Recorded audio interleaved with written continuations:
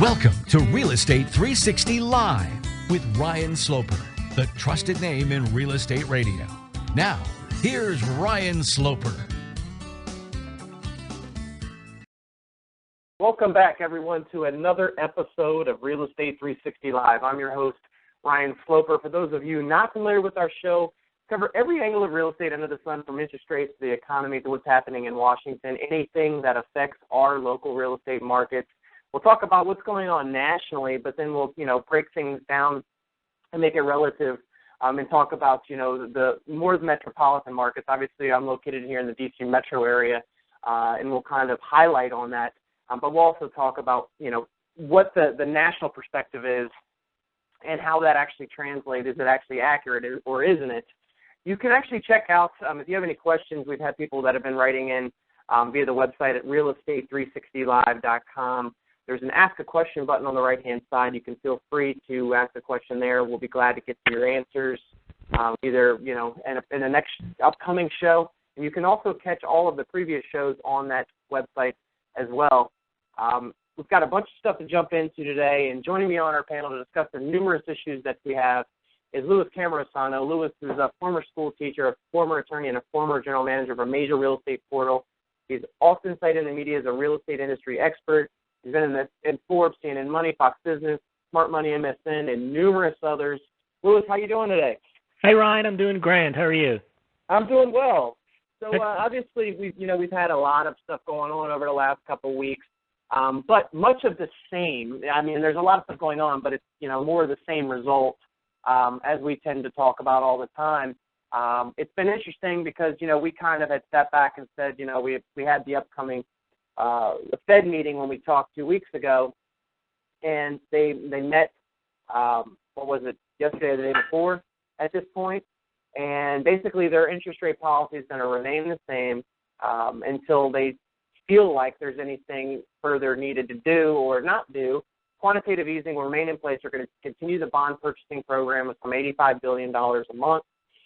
Now, what that will mean for overall interest rates, as we had discussed in prior shows, is that interest rates are probably going to trade in the same range for an extended period of time. Now, with that being said, like yesterday, we actually had the blockbuster Chicago PMI report, which basically said that the manufacturing was up quite a bit. They were only expecting a reading of like 55.00, and it came in at 65.9, which was a ridiculously high reading based upon what they thought it was going to be. So that actually gave a big jump start to the stock market yesterday, and mortgage interest rates got worse. But they had been getting better over the last week. But all things being equal, Louis, is actually the rates are going up and down, but they are traveling actually in the same range and have been for quite some time now. And I think that's just a byproduct of actually, an artificially manipulated market, is that they can continue to have interest rates fluctuate up a quarter, down a quarter, so they trade in that tight range. Versus a more normal market where if we had some blockbuster report, we might see rates shoot up 0.5% to 0.75%. That's just not taking place here. What are your thoughts, Louis, on obviously the Fed meeting that took place there? Obviously, give me your insights as to where you think we're headed through the end of the year and into the spring, and what it all means to you. Well, Ryan, I think you're absolutely right that we've discussed this in the past as well with the seesaw effect, that it never really gets too out of hand on the one end where it looks like interest rates are going to blow through the roof, and it never really looks like they're going to head much lower because you get these kind of conflicting reports. And the Fed plays into that. If you think about QE, if people knew when they started QE 5 years ago they would still be QE now, the game would be over. Right. No one anticipated that they would do QE for 5 years. So even this week, they've made their statement that QE will continue. However, and people were expecting that they were going to be a little more dovish, they try to pretend like at some point in the future they are going to stop QE. In fact, they went in a very strange direction this time. What they said was that, well, after we close down QE, we're not going to say when, but at some point we're going to do that. Once QE is closed down, we will continue to have this accommodative monetary policy, meaning that interest rates will stay low. The problem with that statement, Ryan, is that interest rates are low solely because of QE. Right. We saw back in May when they started talking about pulling back on QE, not pulling back at all, just talking about it, rates shot up. You mentioned that panicked the Fed, that they basically sent rates up almost an entire basis point on the 10-year note, and that created a problem. So they backed off the taper talk, and they made it seem like, well, not really, we're not going to taper, and then rates fell back down. What they tried to put out this time, and I heard on the Wall Street Journal, the guy Hildenrath, who has great access to the Fed, and he gets to get the Fed minutes released 20 minutes early under embargo, he is actually talking about, and there's words out there, that the Fed might taper in December. Now, we know that's nonsense, but they have to put it out there, Ryan. They cannot give the impression that QE is forever. So the mere fact that, if you remember, in September they came out and they said, oh, we might taper in October, just depends on the data. And then what happened? We didn't get any data, and whatever data we got wasn't any good. So now they say we have to do QE again. But the other interesting thing, Ryan, is they give a roadmap to their excuses. So the number one roadmap is to look at is, what is the economic recovery? How's it doing?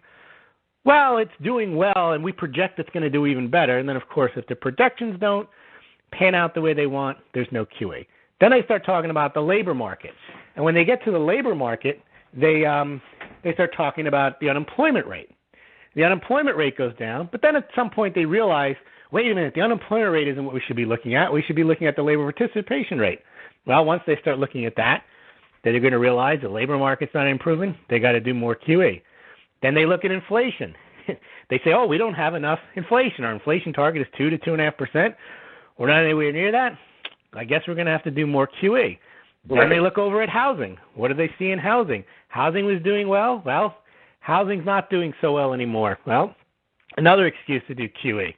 So there's always something. And then, of course, there's fiscal policy. I don't know if you noticed, they dropped into their statement that somehow the economy isn't doing well because of fiscal policy, meaning what Congress does, how much Congress spends. Well, Congress is spending as much money as they ever have.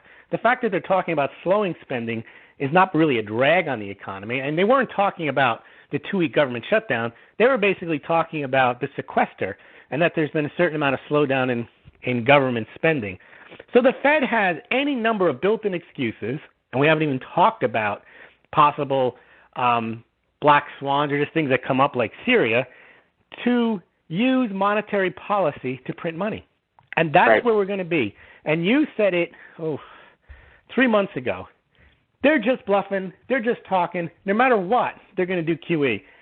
And I've come to that conclusion, too, because there's any number of excuses to continue it, and they have to continue it, not just because the economy requires it, because the United States government requires it in order to keep their borrowing costs low, and the banks require it to keep their balance sheets up to snuff. So they're not going to stop it, but they're going to talk about stopping it. Yeah, and you know what? You brought up a great point. So that they basically came out and said even if they slow down or stop QE, that mortgage interest rates would stay, low where they're at. And that is a complete lie. That is an absolute lie, because we know that there is not a private market for these mortgage-backed securities at the interest rate levels that we have right now. It's not if they're buying 90% of them when they come out. Exactly. So if they're buying 90% of them, that means that there's 10% that they're not buying. So if all of a sudden they stopped and they let up what was $40 or $45 billion a month that they're buying a mortgage-backed securities, where do we think that interest rates would actually jump to? There's not enough market demand to buy that amount. So what does that mean for you, the real estate investor, the person that's trying to buy a home right now? Well, really, it doesn't mean much, because it's all just talk. They're just giving you talk. They're going to continue to do the same things they've been doing for the last 5 years, which is, continue to keep quantitative easing, if not increasing these levels. Because you see what happens is, even if the market starts to say, man, they realize like you and I do, Lewis, that this is a joke and that this is going to continue forever because they don't have a choice but for it to, that they're going to have to increase their purchases even more, because the 10% that's in there, that'll drop out too, and they'll be buying all of the mortgage-backed securities. They'll be the sole buyer of them, right? Right. So at that point, they're completely manipulating the markets as they have been for some time. But if you're a person that's out there looking to buy a home, I'm going to say that, there's an opportunity for you if you're employed, if you've got a stable job, if you've got the income coming in, if you've got the assets to be able to get a home loan. It's a fantastic opportunity for you to capitalize on this because of what they're doing here. Now, the fact of the matter is that there's plenty of people out there right now. I may be talking to you. You're in the same situation where you're still upside down in your current home. You'd love to move. You'd love to have that opportunity to move into a bigger home because I have a growing family. But unfortunately, when you went and you applied for that home loan, they said, well, you know what? We know you could probably qualify for the other house, but you can't qualify when you got to keep this other home that you're upside down on. And that is about 1 in 4 homeowners that are in that situation. Okay, so those people are not able to take advantage of these low interest rates, okay, because the average American is not making hundreds and hundreds of thousands of dollars where they can carry these payments and still qualify for other mortgages. So whenever we hear the media talk about, and now is a great time to buy, who's able to take advantage of this is the people that have been, they probably had a stable job for the last 5 or 6 years now, and they just held out. They've been renting for a while, and they're like, you know what? Well, look, I can potentially get a mortgage now, and it'd be the same as what I'm paying in rent. They're able to take advantage of the interest rate. But that's if, remember, they've been taking care of their credit. They potentially have saved up some money. I mean, it's not just as simple as saying, you know what, look at interest rates. They're around 4%. Now's a great time to buy. Let me go buy a house. That used to be the reality 5, 6, 7 years ago. The reality is now is that the Fed, the media, the Congress, everybody is pushing out there that it's, real estate is still, the dream that everybody wants. Unfortunately, there's a very small percentage of people that can actually take advantage of this right now. Not to mention, the people that do want to take advantage of it and the amount of people that are actually being denied loans because of one reason or another. They've got one little $1,000 deposit on their bank statement that they got somebody gifted them money, and they put it in as a cash deposit, but they can't source that. They're then denied for a loan. Okay? So you had a yard sale and you put in probably, $800 or $900, and if they deem that a certain percentage of your income as a large deposit, and you can't source it with receipts from a yard sale, you're getting denied a loan. So, Louis, these are the realities that, honestly, I look at it from the perspective of if I'm the bank and I see where these interest rates are, I only want to lend to people that got 740 credit scores. Now, even then, it's even not worth the time because as interest rates rise in the future, that loan becomes a dud. Exactly. Yep. And, and that's why we have the government-backed loans, right? That's why we have FHA, which is supposedly, one of the cheapest as far as down payment is concerned, 3.5%. Obviously, we have VA if you're a veteran. That's actually the best loan. And actually what I've seen lately is that there's actually more VA deals going through right now than anything else just because it's 100% financing. There's no mortgage insurance. You can take a low rate, potentially get the seller to pay your closing costs, so you can get into a home for next to nothing. I've done numerous deals in the last, couple months where I've been able to get the buyer into a house for actually zero money out of their pocket. They wrote the earnest money check for basically the security deposit on that contract for a few $1,000s, and at closing they got their few $1,000s back. Okay, so those are the people that right now that are really able to take advantage. But FHA, which is a 3.5% down payment, month after month, time after time, what we see is FHA continues to raise their mortgage insurance premiums, making loans more expensive. Okay, so even though we have rates which are at great levels, when they continue to raise insurance premiums to essentially cover their losses on the other side, or basically they have to have a certain amount of money in that account, in that cash account, and when they don't have it, they continue to raise the insurance premiums, those loans are getting more expensive. I mean, we haven't even started diving into, Louis, all of the actual regulation that's going on in the mortgage industry which is making it extremely more costly for the consumer. You know what I mean?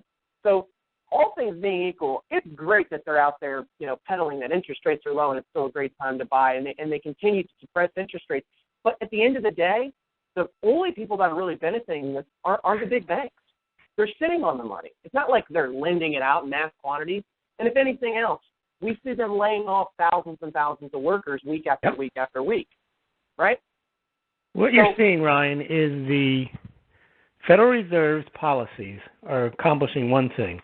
They're transferring money up to the top, because the only people who can take advantage of and that benefit from these rates are people that have access to credit and can take advantage of it. So the stock market goes up, the real estate market goes up, but the participation of people in the real estate market is very low.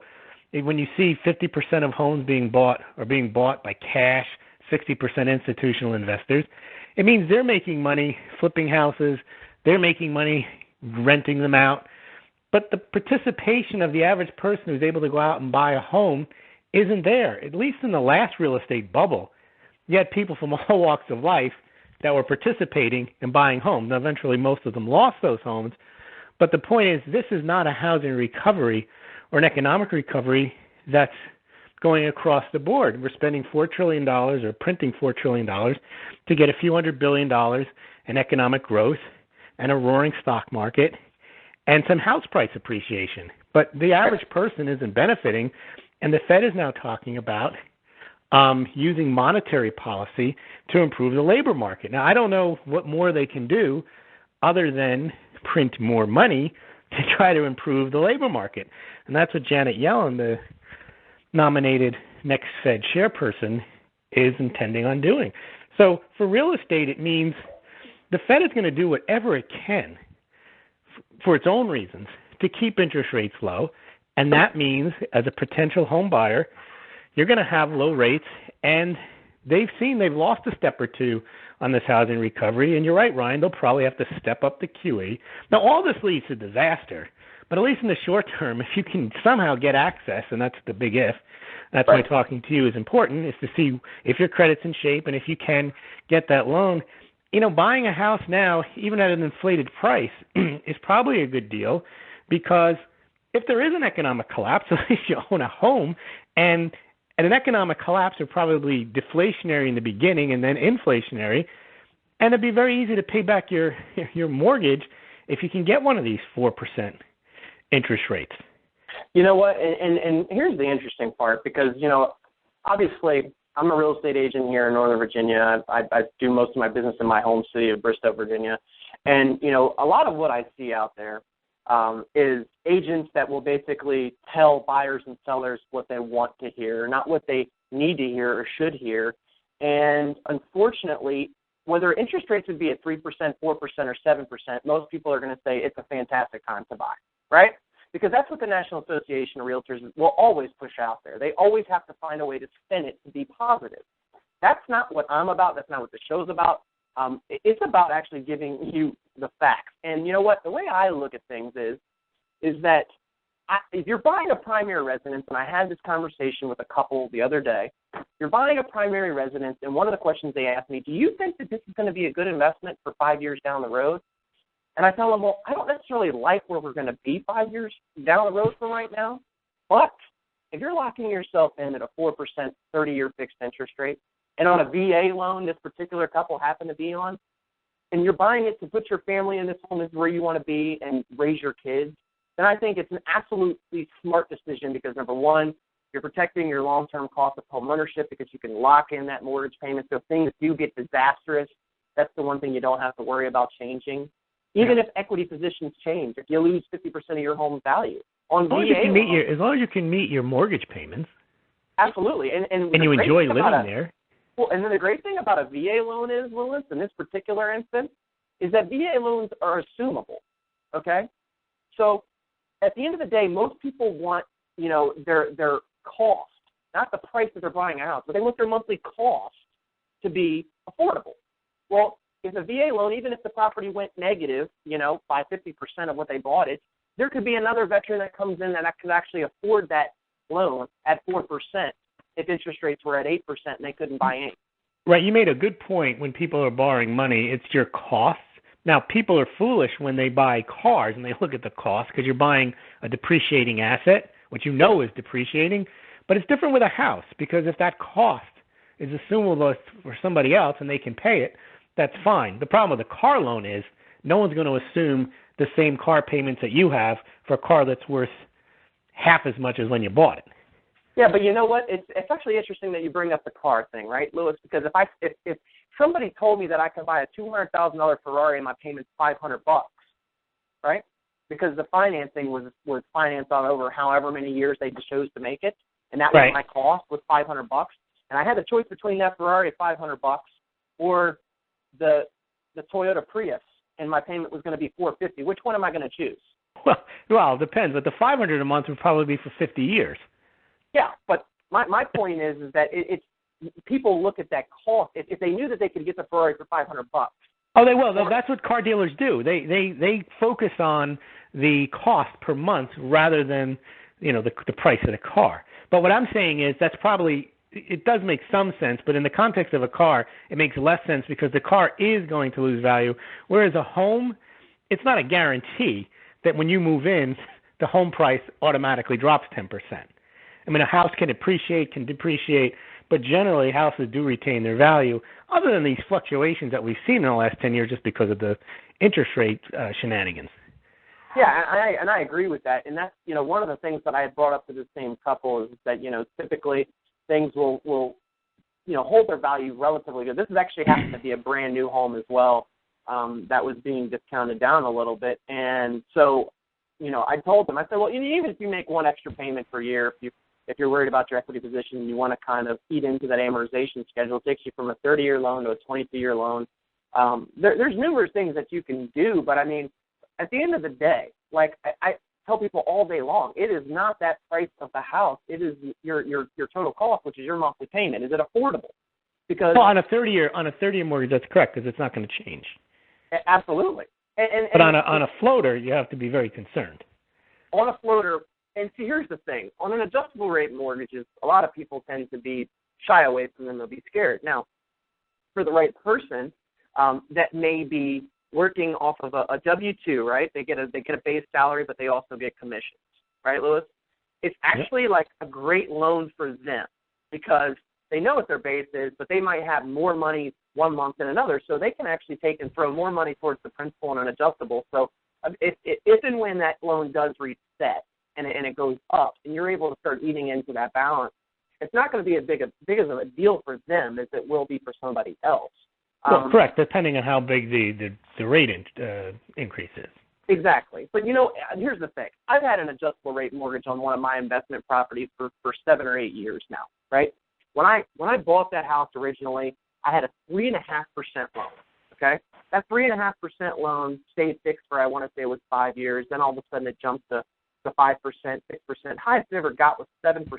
Right now I'm at 2.75%. When I average my average interest rate over the last 7 to 8 years, it's been about 3.875%. Which is better than if you locked in the fix at the time. Exactly. But here's the thing. I understood the risk associated with this. And actually, people that are in adjustable rates right now, it's the best time to be in it because when the economy's struggling, where do you think these indexes are? The 6-month LIBOR is at 0.355. The 1-year LIBOR is at 0.603. If you look at the treasuries, those are low. I mean, the MTA is at 0.144. So most of what you do is you take that index and you add it towards the margin, which most of the time is 2.25. So if you had one of those negative amortization loans that everybody took out way back in the day, your interest rate right now would be about 2.375% more than likely. Okay?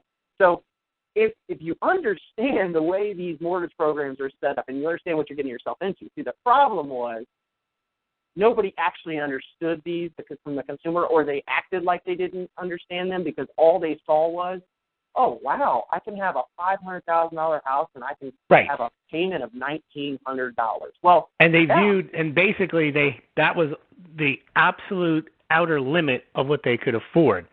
So if the rate went slightly above that, then they couldn't afford it anymore, and they were in trouble. Exactly. And you know what? I still have clients to this day that are in those negative amortization loans that the whole time they were paying principal and interest, right? They were paying it.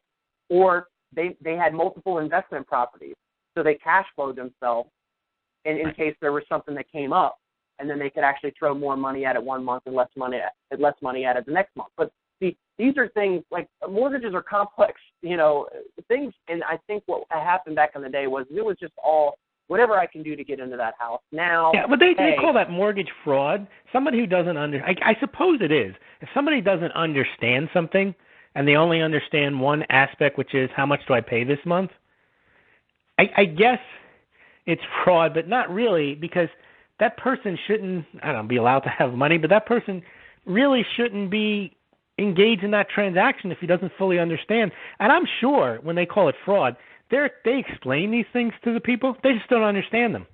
You could put the disclosure in front of them. They can even read it, and their eyes would glaze over, and they wouldn't understand it. So that's kind of the problem is how low do you have to dumb down a financial transaction to allow people to engage in them and not be later accused of fraud?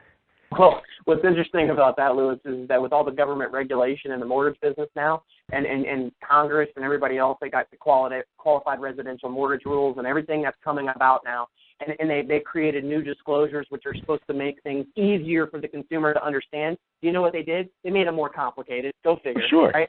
So, because if you start outlining the risks, if this happens and that happens, and if this happens and if it goes through that, then you're like, what? Yep. I don't understand.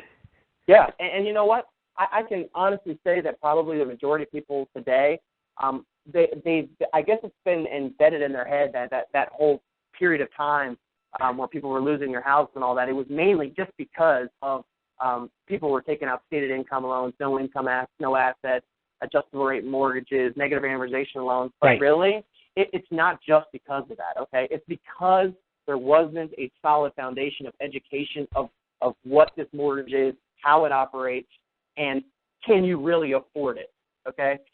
And on the flip side, there wasn't any appreciation of risk on the mortgage lending side because they knew they could just package the loan up and shove it out the door to Fannie Mae or Freddie Mac. Absolutely, and I don't know if you saw, but now it's supposedly there's another lawsuit coming out where they're saying that J.P. Morgan Chase and some other banks were actually manipulating the LIBOR during a period of time. That wouldn't surprise me. Keeping it suppressed. So, I mean, this is it's an endless battle. I mean, at the end of the day, guys, the best thing to do is you just want to be working with a mortgage professional or a real estate professional that can work together, that you can ask questions, difficult questions, and they can answer them. You shouldn't sign your name to anything until you're 100% confident that this is right for you. And right.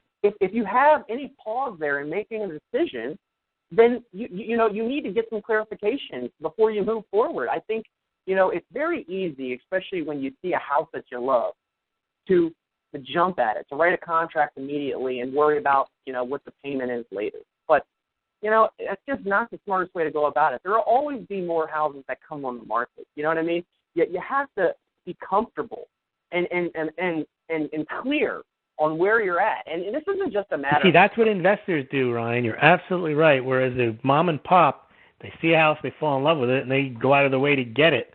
Whereas an investor will pass even if it fits his criteria, because once it doesn't fit his criteria, he doesn't bid on it. One of the first questions that I get from most people is, hey, can you just set me up on an auto search and just start sending me homes that have this criteria? And I tell them, no, I won't do that. I won't do that at all. Because if I do that and they just throw out a price range to me and they haven't done any of the investigation into what their payments are going to be, what their down payment's going to be, what their finances are, have they done a monthly budget, have they looked at how much extra cash they're going to have to be after all this stuff, and they haven't done that, then I'm setting them up for failure. Because the first thing that's going to happen is they're going to go $50,000 over where they should be, find the house of their dreams, and want to go look at it. Now, That's great. That's great. They could have already been pre-approved for that amount. But I actually have different conversations with my client, and then, are you prepared for an extra $300 to $500 more in utility bills for this home, for unexpected expenses? I mean, do you have reserve funds set up? I mean, these are actually questions that nobody actually wants to ask people. Real estate agents definitely don't. When you're a buyer agent, is really not going to go through that with you. They're going to ask you whether you like the house and do you want to buy it.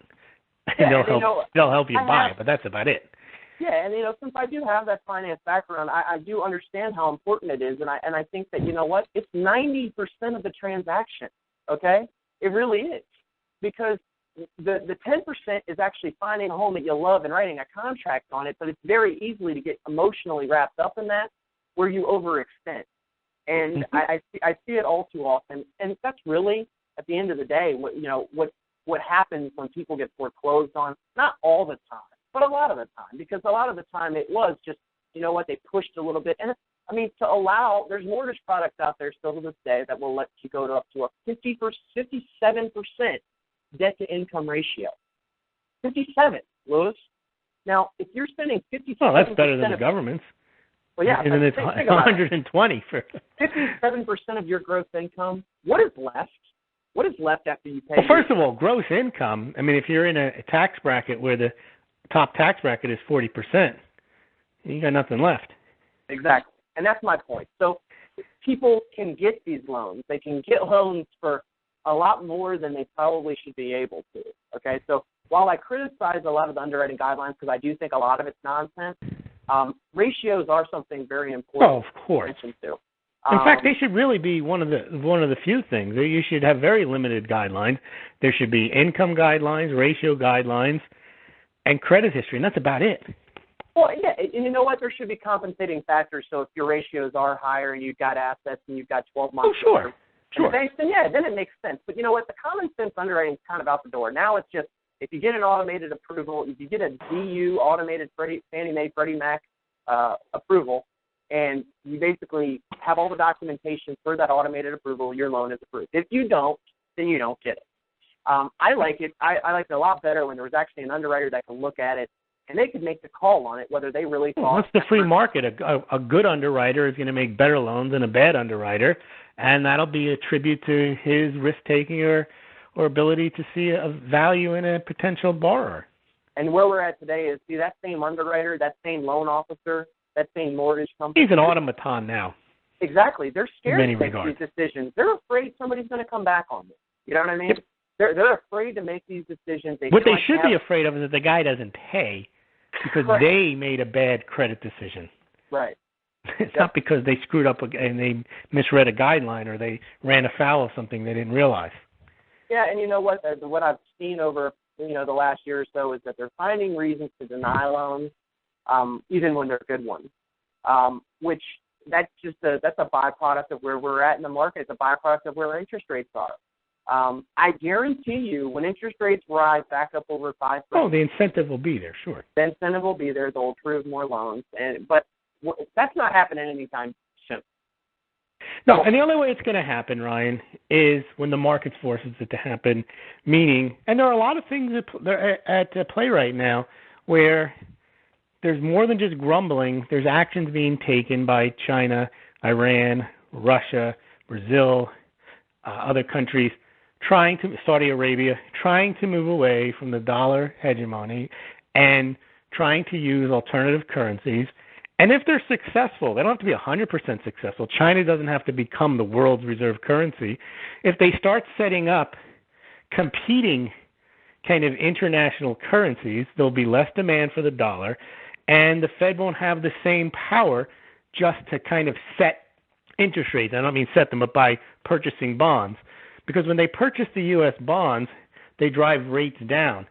But if there's less of a demand for dollars, and those dollars flood back, then rates are going to go higher no matter what the Fed does. And that's probably the biggest danger to the entire economy of the United States, because if you lose that ability to print your way out of trouble and also to try to print your way to prosperity, we're printing more and more and getting less and less prosperous. At some point it doesn't work, but then at some point, not only does it have no return, it basically is futile. It's like spitting in the wind, and that's when you get this inflationary environment that you and I have been talking about. Eventually will happen, because that's the only thing the Fed can do is if the dollar loses its status and loses it quickly, is to print more.